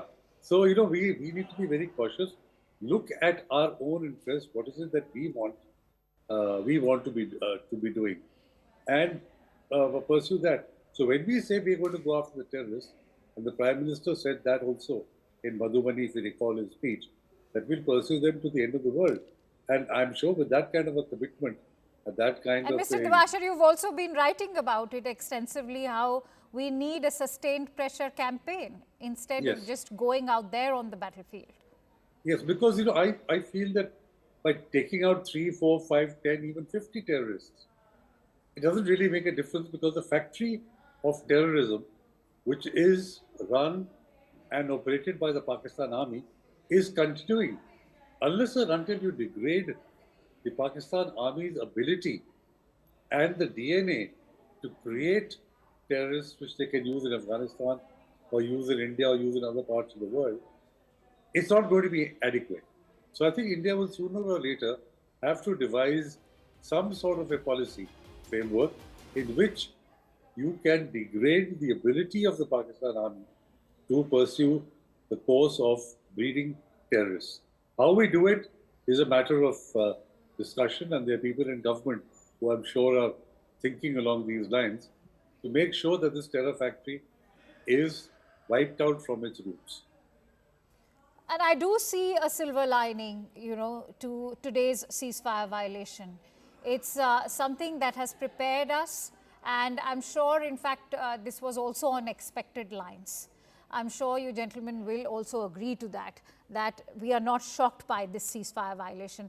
Lieutenant Colonel Holkar, hold on to that thought, because I have to slip into a quick break. We will come back and continue. We're slipping into a quick break. Stay tuned to CNN News 18. As I said, that Pakistan has resorted to a ceasefire violation, which is very much on expected lines, but we will continue with that discussion in just a bit.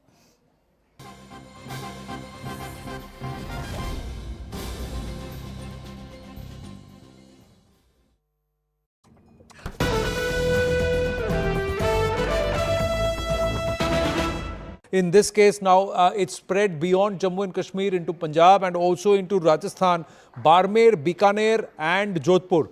There have been blackouts there, and in Barmer and in Jaisalmer, there has been drones which have been neutralized. But now there is update that even in Jodhpur and Bikaner also, there are blackouts at this point. The former Air Chief R.K. Bhaduria ji is with us. Sir, how would you see this? Is this not a brazen violation of the ceasefire that the Pak DGMO himself asked for? Absolutely, it's absolutely brazen, and not only incursion by these drones, but also clearly attack. They've used armed versions of drones and attacked some of these places.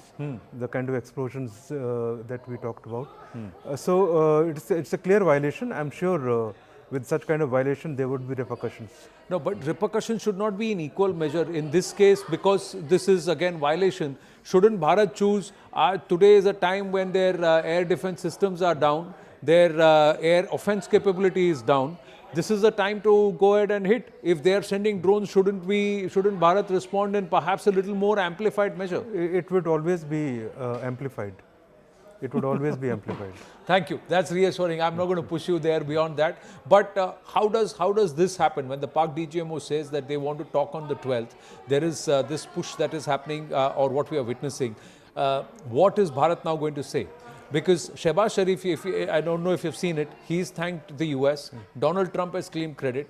Bharat has said that we will talk only to Pakistan. There is no third person here. So how does this work? Clearly their game on, and their game is gambit is purely to try and internationalize J&K. I'm sure you understand that. Yeah, and it is for the US leadership to see how brazenly they have violated and gone back to whatever assurances they gave the US side in terms of ceasefire, and obviously there would have been a lot of talk, especially when US Secretary of State had to speak to Asif Munir himself before they were brought onto the right track.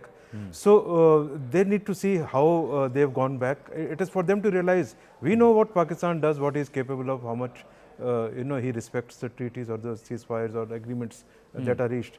So we would have been careful, we would have been watchful, and surely these drone incursions would be tackled, so there's nothing to worry. But in the larger context, I think the US leadership, the world leaders need to see the Pakistani game plan and the involvement of Pakistani military establishment, ISI, deeply into their terror networks and their support, and going so far out in support of supporting their terror organization. I think that is the lesson that the